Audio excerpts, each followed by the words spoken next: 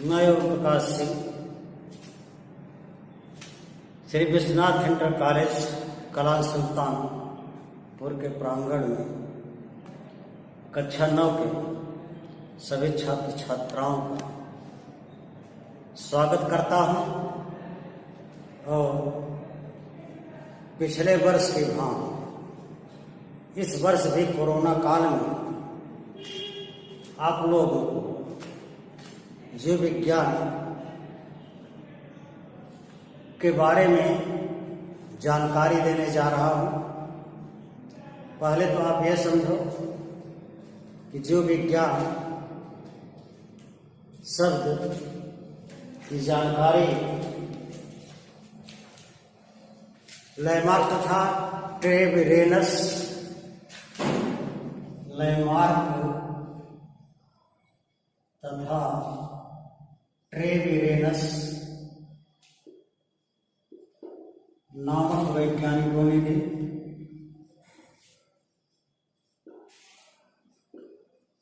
और बताया कि जीव विज्ञान बायोलॉजी जैसा कि यहाँ ऊपर लिखा गया है, यह शब्द लैटिन भाषा के दो शब्दों वॉयस प्लस लोगस से मिलकर बना है। वॉयस का अर्थ होता है जीव, लोगस का अर्थ होता है अध्ययन, अर्थात जीव अध्ययन ही जीव विज्ञान, जीव अध्ययन ही जीव विज्ञान।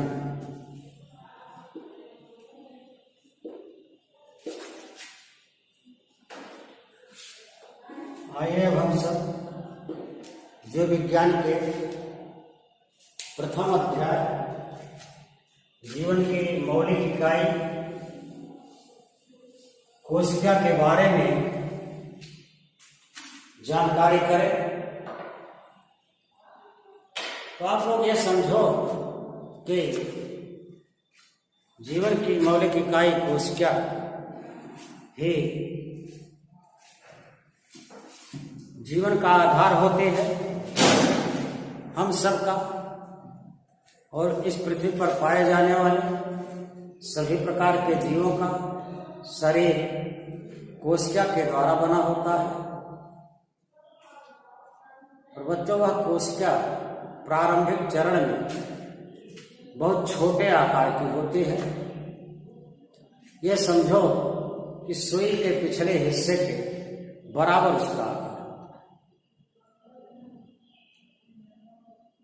जैसा कि हो सकता है आपको दर्जा 8 में बताया जा चुका हो, यह छोटे आकार की कोशिका जीवों में कैसे निर्मित होती है, इसके बारे में समझो कि जीव 2 प्रकार के होते हैं, जिन्हें नर और मादा के रूप में जाना जाता है। अंग्रेजी में जिसे मेल एंड फीमेल कहा जाता है।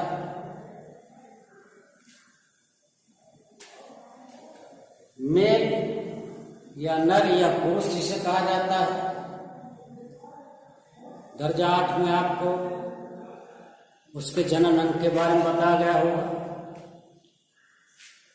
जो है वृषण। वृषण यह पुरुष का नर जनन अंग है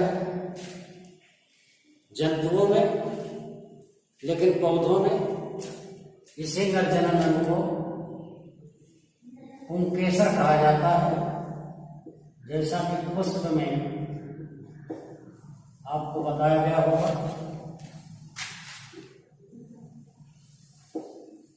ऐसे ही स्त्रियों में मादा जनन को अंडाशय कहा जाता है। पौधों में भी इस मादा जनन को अंडाशय के रूप में जाना जाता है, लेकिन इसका दूसरा नाम स्त्री केसर भी है।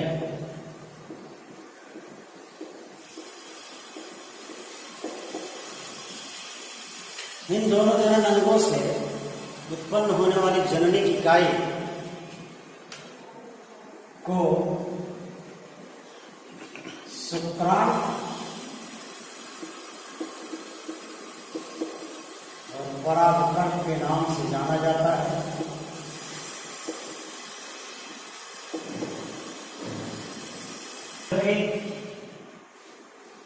मादा जनन अंग में जंतुओं में उत्पन्न होने वाली जननी की इकाई को अंडाणु, ऐसे ही पौधों में भी उत्पन्न होने वाली जननी की इकाई को अंडाणु भी कहा जाता है। यही दोनों जननी की इकाई परस्पर जब मिलती है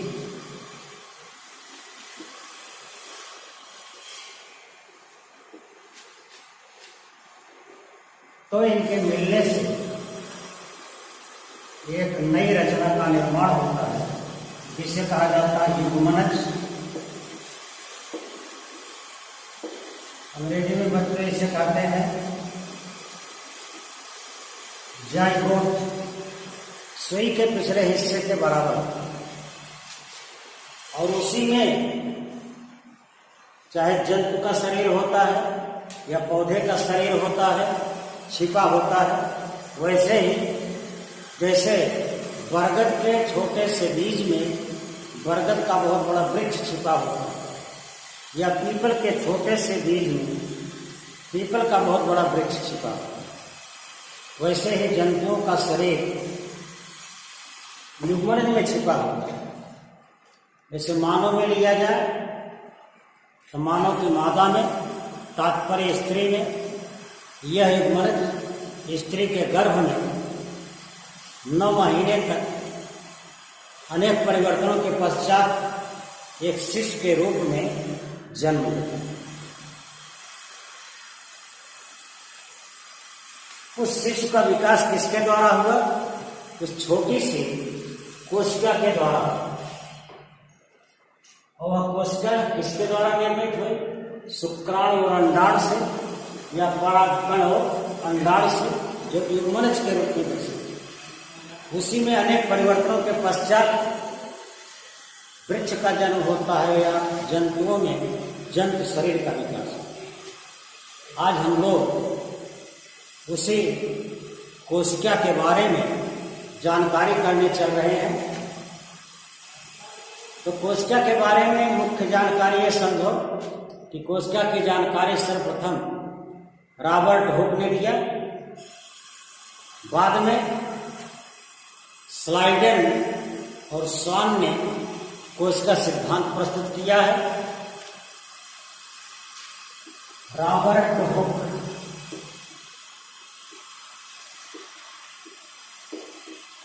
ने 1665 में मधुमक्खी के छत्तों से देखकर कोशिका की जानकारी दी, और स्लाइडन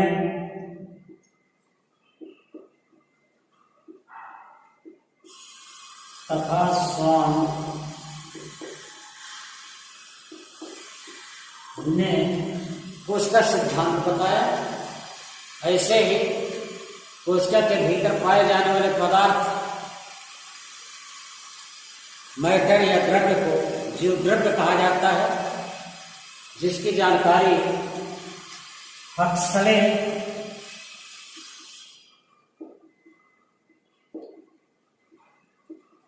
नामक वैज्ञानिक ने दी, और बताया कि जीव द्रव्य ही जीवन का भौतिक आधार है, अर्थात प्रोटोप्लाज्म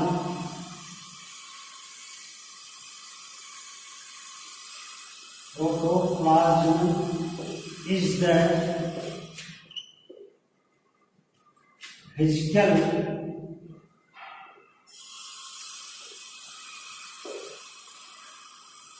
base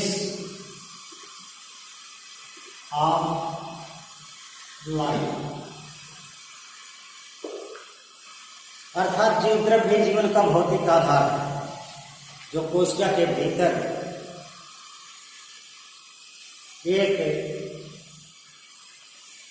घोल के रूप में विद्यमान होता है और कोशिका के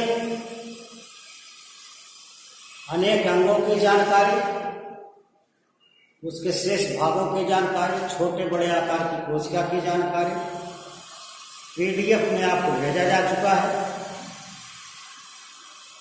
जैसा कि पीडीएफ में आप देखे होंगे कि हाथी, मानव, व्हेल, बरगद, पीपल जैसे बड़े बड़े जीवों में कोशिकाओं की संख्या लगभग 10 खरब होती है, लेकिन इस पृथ्वी पर ऐसे भी जीव हैं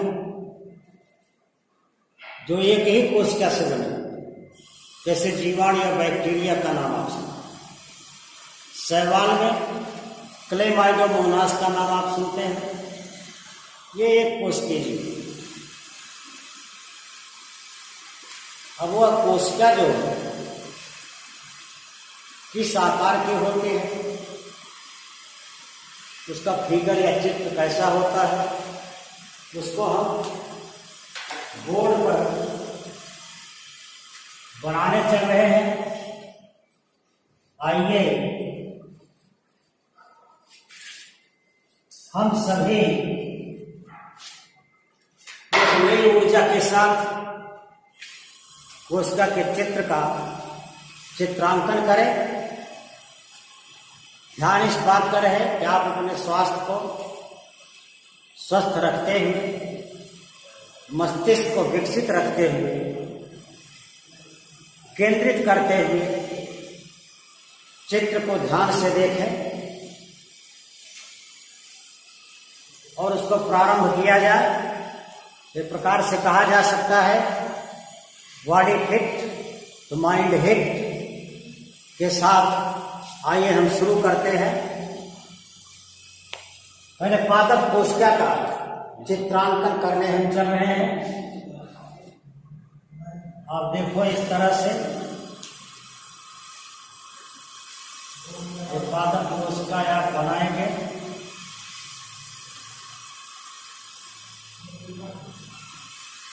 लगभग एक गोलाकार आकार देंगे। यह एक परत या झिल्ली बन गई चारों तरफ से।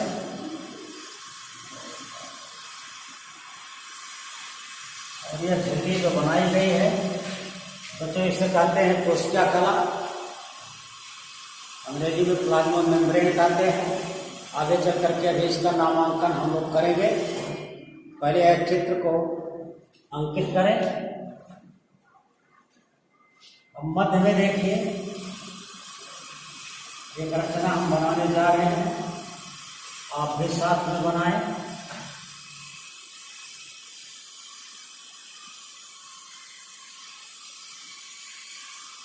अब इसी रचना से इस तरह से एक नई रचना को हम जोड़ रहे हैं। आप भी साथ में इसे जोड़िए। इसका नामकरण अभी हम सब लोग मिलकर के कर लेंगे।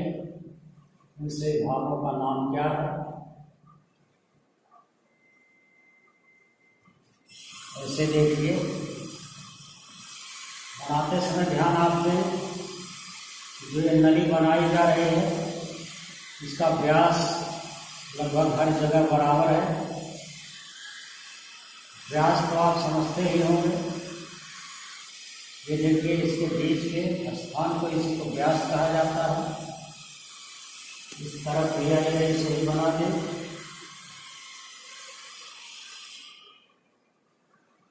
जैसा कि आप लोगों की पुस्तकों में यह चित्र स्पष्ट नहीं है,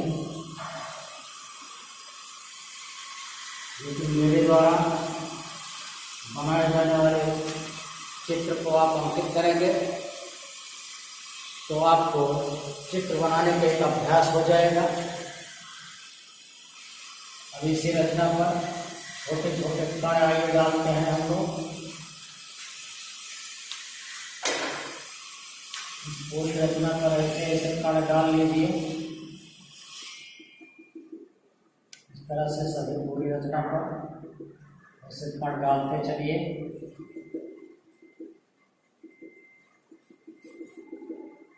इस तरह से पूरे इस रचना पर कण हो गया।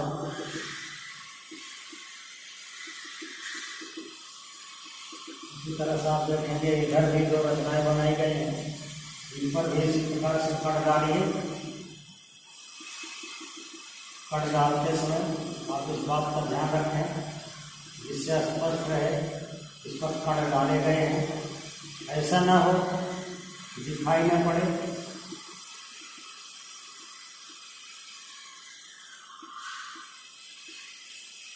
इधर भी इसी प्रकार से इसे कण डाल देना है। यह कण क्या है इसकी जानकारी अभी नामकरण करते समय आपको हो जाएगी। इन कणों को क्या कहा जाता है।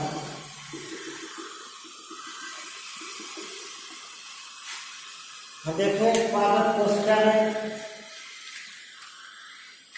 एक रचना ये भी है। इस तरह से अंगुली जैसी रचनाएं हैं और एक रचना देखो ये भी है। इसे इसको बना दो, ऊपर सिक्के जैसा आकार डाल दो इस तरह से। और एक रचना देखो इस तरह से भी है, इस तरह से इसको बना दो। इसके अलावा देखो इस तरह से भी एक रचना है पादप कोशिका में। इसका आकार बनाते समय आप ध्यान दें जैसा कि हमने बनाया ऐसे ही बनाए। ऐसा ना हो कि इसका आकार कहीं ज़्यादा नुकीला कर दें और कहीं ज़्यादा कम कर दें। इन सब के भीतर बच्चों देखो ऐसे बिंदु डाल दो। इस बिंदु का अर्थ होता है एक प्रकार का पदार्थ। सबके भीतर ये पदार्थ भरा होता है, सबके भीतर ये पदार्थ भरा होता है। इस पदार्थ को पीडीएफ में आपके मैट्रिक्स नाम से दर्शाया गया होगा। अब देखिए ये बीच की रचना जो है इसको भी आप इस तरह से बनाएं। इसको स्पष्ट करें। डबल लेयर होता है, इसमें दो परतें पाई जाती हैं। इसके भीतर बच्चों पदार्थ भरा होता है। इसे मैट्रिक्स ही कहा जाता है या कोशिका की केंद्रक नामक रचना है। इस भरे हुए पदार्थ को केंद्रक द्रव्य कहा जाता है। ऐसे केंद्रक द्रव्य में ये गुणसूत्र नामक रचनाएं होती हैं और एक छोटी सी केंद्रिका भी इसमें। इस तरह से पादप कोशिका की रचना बनती जा रही है। पादप कोशिका की सबसे बड़ी विशेषता है इसके चारों तरफ कोशिका घेरती पाई जाती है। जिसको इस तरह से बनाना है आपको। आइए इसके चारों तरफ कोशिका भित्त बनाया जाए। कोशिका भित्त बन रही है। तो ये 3 परतों में होती है कोशिका भित्त। अभी एक परत बन पाई है और ये दूसरी परत भी बनाए। देखिए दूसरी परत भी बनती जा रही है इस तरह से। इस तरह से आगे बढ़ाते हैं आप इसे। दूसरी परत ऐसी बन गई, यहाँ तक पहुँचिए। देखिए इसमें तीसरी परत हमने कहा 3 परतें होती हैं, तो आइए तीसरी परत भी निर्मित कर लिया जाए। ये इस तरह से आप आज बनाना सीख जाएंगे तो पूरे जीवन में भी आप इसको भूलेंगे नहीं और दूसरों को भी बताएंगे कि कोई चित्र कहाँ से शुरू किया जाए और कहाँ पर समाप्त किया जाए, क्योंकि चित्र बनाने की एक आइडिया होती है और अध्यापक आपको वो आइडिया बार बार नहीं देता है। और देखिए कोशिका के भीतर ये जैसा कि हमने पूर्व बताया एक प्रकार का पदार्थ भरा होता है जिसे जीव द्रव्य बताते हैं, उसी को हम बिंदुओं के द्वारा अंकित कर रहे हैं। तो जीव द्रव्य के चारों तरफ भीतर पदार्थ भरा है, जीव द्रव्य है जिसकी जानकारी हमने बताया। अक्षकले भुर्भिंजे युगवान मोहल्ले दी है, अनेक वैज्ञानिक उस पर कार्य कर चुके हैं। इसकी दो दशाएं होती हैं, एक दशा को कहते हैं साल और दूसरी दशा को कहते हैं जेल। साल दशा में तरंग दशा में होता है, जल दशा में थोड़ा गाढ़ा होता है। साल में जैसे समझिए पानी जैसा होता है, जल में दूध जैसा, दोनों में अंतर पाया जाता है। और ये जीव द्रव्य सदैव साल से जल में, जल से साल में बदलता रहता है। तो जीव द्रव्य पूरा भरा हुआ है इसके भीतर, लेकिन इसके दो भाग हो जाते हैं। जो ये रचना देख रहे हो गोलाकार, इसे केंद्रक कहते हैं। इसके भीतर केंद्रक द्रव्य होता है और इसके बाहर का जो द्रव्य है इसे कहा जाता है कोशिका द्रव्य। अभी जैसा कि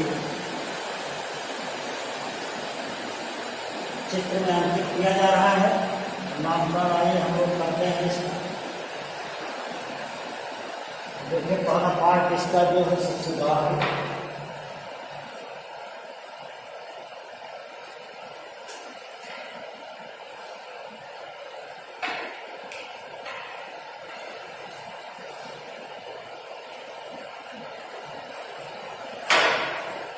तो सबसे बाहरी पार्ट में देखिए जो है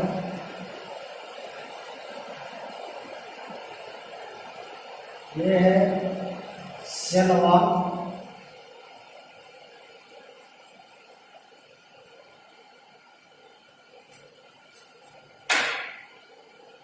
अंग्रेजी में कहते हैं सेल वॉल, लेकिन हिंदी इसकी है कोशिका भित्ति।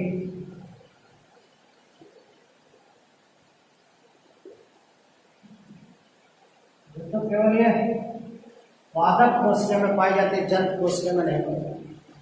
ये तीन परतों के होते हैं, प्राथमिक, द्वितीयक और तृतीयक परत। और देखो बीच इसके नीचे जो लेयर है इसे कहते हैं प्लाज्मा मेम्ब्रेन। आप ऐसे लिखें हमारे साथ, प्लाज्मा मेम्ब्रेन। हिंदी में बच्चे इसे कहते हैं जीव कला। अंग्रेजी में बच्चों इसका एक नाम है यूनिट मेम्ब्रेन, और हिंदी में इसका एक दूसरा नाम भी है कोशिका कला। इसकी जानकारी निकलसन और सिंगर ने दी। और देखिए पार्ट यह है पादप कोशिका का, इसे कहा जाता है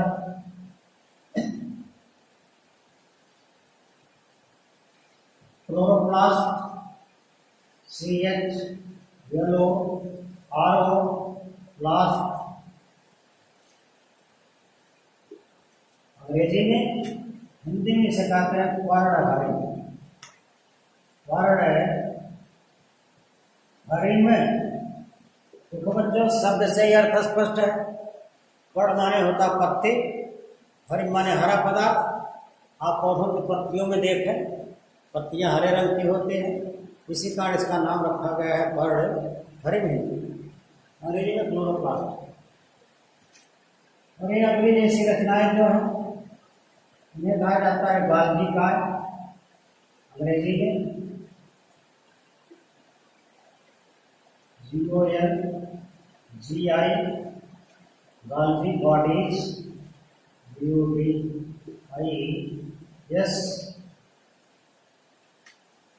हिंदी में भी इसे गाल्गी बॉडीज ही समझे आप।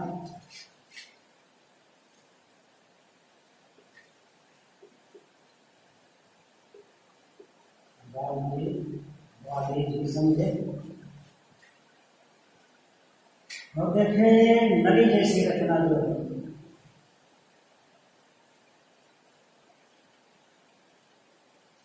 इसे कहते हैं अंग्रेजी में एंडोकार्निक रेटिकुलम। आइए नामकरण कर रहे हैं, ENDO plasmic VLAS MIC reticulum और RTI CULA।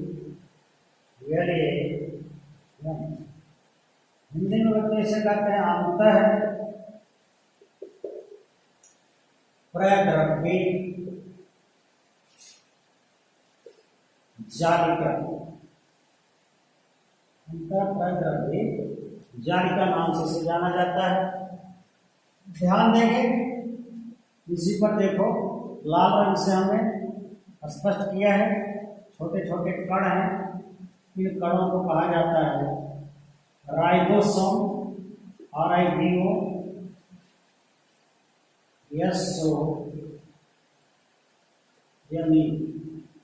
राइबोसोम।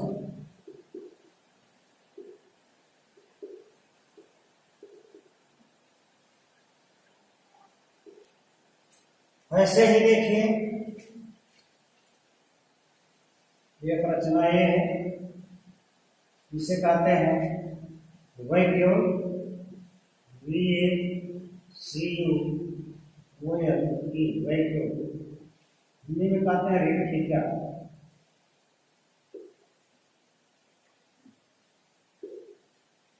तो रेक्टिका में कार्बनिक और अकार्बनिक पदार्थ भरा होता है, जिसे रेक्टिका रस के नाम से भी जाना जाता है।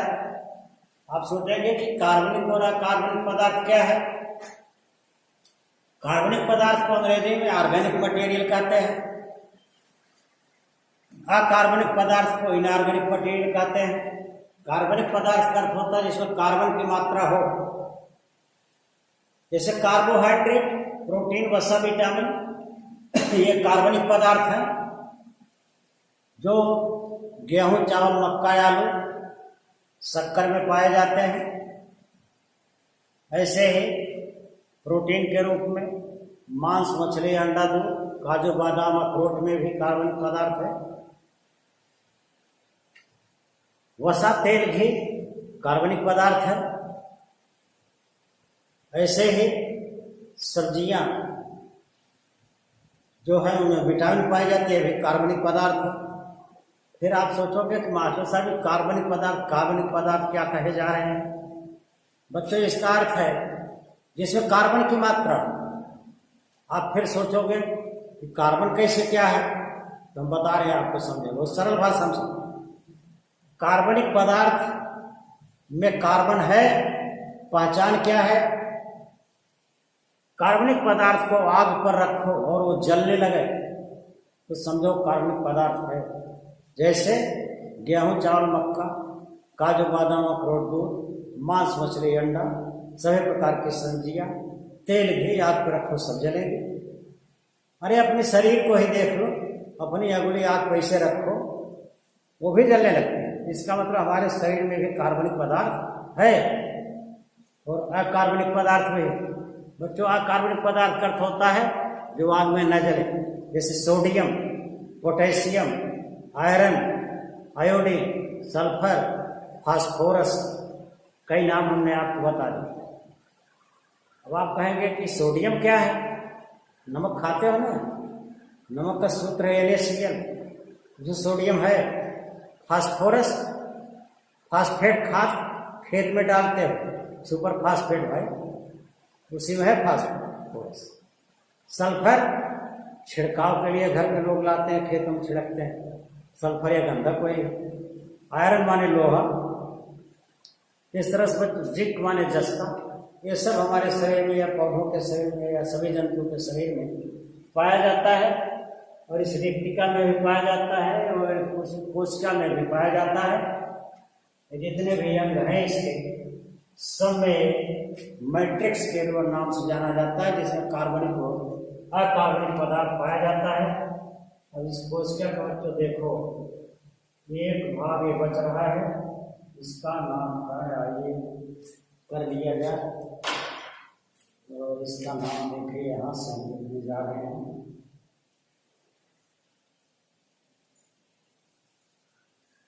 इसे कहते हैं माइटोकॉन्ड्रिया, MITOCHONDRIA।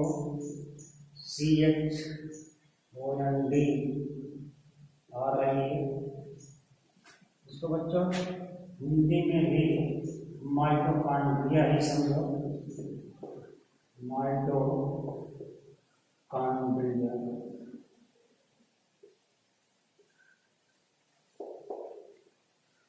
बच्चों इसकी जानकारी अल्टमान और ब्रेंडा ने दी। किसने दी? अल्टमान और ब्रेंडा ने, और बताया कि यह कोशिका का सबसे महत्वपूर्ण, क्योंकि इसी के द्वारा ऊर्जा की प्राप्ति, जैसे हमको आपको ऊर्जा की प्राप्ति किससे होती है? भोजन से। उस भोजन में क्या है? कार्बोहाइड्रेट। कार्बोहाइड्रेट क्या? गेहूं, चावल, मक्का, आलू, काजू, बादाम, अखरोट, मांस, मछली, अंडा, दूध, घी, तेल, सब्जियां। उसी प्रकार से कोशिका के भीतर माइटोकॉन्ड्रिया ऊर्जा का केंद्र है।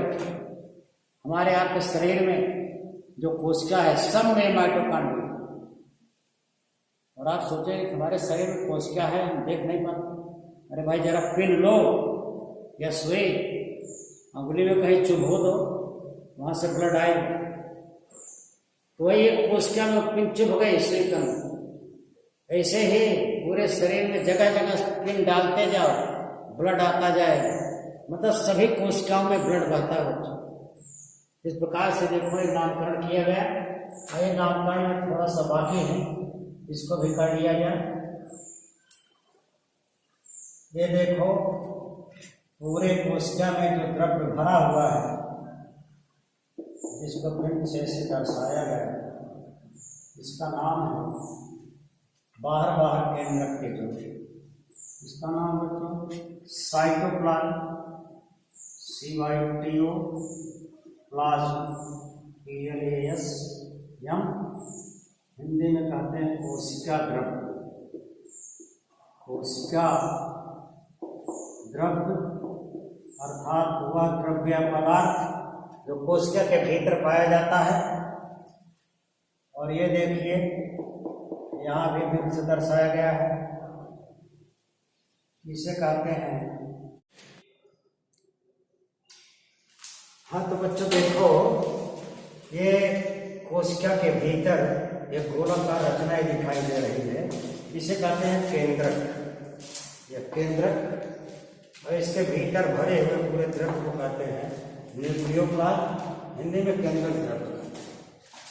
अब देखो केंद्रक के बाहर जो ये बिंदुदार द्रव्य दिखाया गया है, जिसे कोशिका द्रव्य हमने दर्शाया है, इसके और इसके केंद्रक दोनों के सम्मिलित रूप को जीव द्रव्य कहते हैं। जीव द्रव्य का रासायनिक संघटन, कोशिका द्रव्य का रासायनिक संघटन समान होता है, जिसमें 70 से 80% पानी होता है, शेष 20 से 30% कार्बनिक तथा अकार्बनिक पदार्थ होता है। कार्बनिक पदार्थ का अर्थ बच्चों ये समझो कि वह पदार्थ जो आग में जलता है, जैसे कार्बोहाइड्रेट, गेहूं, चावल, मक्का, आलू, प्रोटीन, काजू, बादाम, अखरोट, मांस, मछली, अंडा, दूध, वसा, तेल, घी, विटामिन, सभी प्रकार की सब्जियां, ये सब आग में जलती है। इस कारण एक कार्बनिक पदार्थ है, इसमें कार्बन की मात्रा है। और जो पदार्थ आग में नहीं जलते हैं उन्हें अकार्बनिक पदार्थ कहा जाता है, जैसे sodium, potassium, iron, sulphur, phosphorus, ये आग में जलते नहीं। जिंक, कॉपर या तांबा, सीसा, ये अकार्बनिक पदार्थ, ये सब कोशिका में पाए जाते हैं। दूसरी बात यह समझो कि इस केंद्रक के भीतर एक छोटी सी रचना, जिसे केंद्रिका या न्यूक्लियोलस कहते हैं। इसके अलावा आप ये सोचो कि मास्टर साहब बताते जा रहे हैं कि ये कोशिका में इतने सब अंग हैं, लेकिन इसकी जानकारी कैसे हुई? पीडीएफ में शुरुआत में आपको भेजा गया होगा 3 प्रकार के सूक्ष्मदर्शी की जानकारी। साधारण सूक्ष्मदर्शी के द्वारा कोई वस्तु रोकने से 100 गुना बड़ा दिखाई देती है। संयुक्त सूक्ष्मदर्शी से कोई वस्तु अपने से 1000 गुना बड़ा दिखाई देती है, जिसकी जानकारी या जिसका निर्माण जैकेरियस जॉनसन ने किया। और तीसरे प्रकार का सूक्ष्मदर्शी बच्चों इलेक्ट्रॉन सूक्ष्मदर्शी, जिसका निर्माण नाल तथा रुस्का ने किया है, जिसके द्वारा कोई वस्तु अपने से 1,00,000 गुना बड़े दिखाई देती है। तो जिस कोशिका को हमने बताया पूर्व में आपको कि सुई के पिछले हिस्से के बराबर होती है, उसके आकार के उसके भागों की जानकारी इलेक्ट्रॉन सूक्ष्मदर्शी के द्वारा की गई है, जिसको हमने आप लोगों के समक्ष दर्शाया है। और इसे आप ध्यान से देखेंगे, समझेंगे पूर्ण समर्पण के साथ, तो आपको पूरी जानकारी हो जाएगी। दैट्स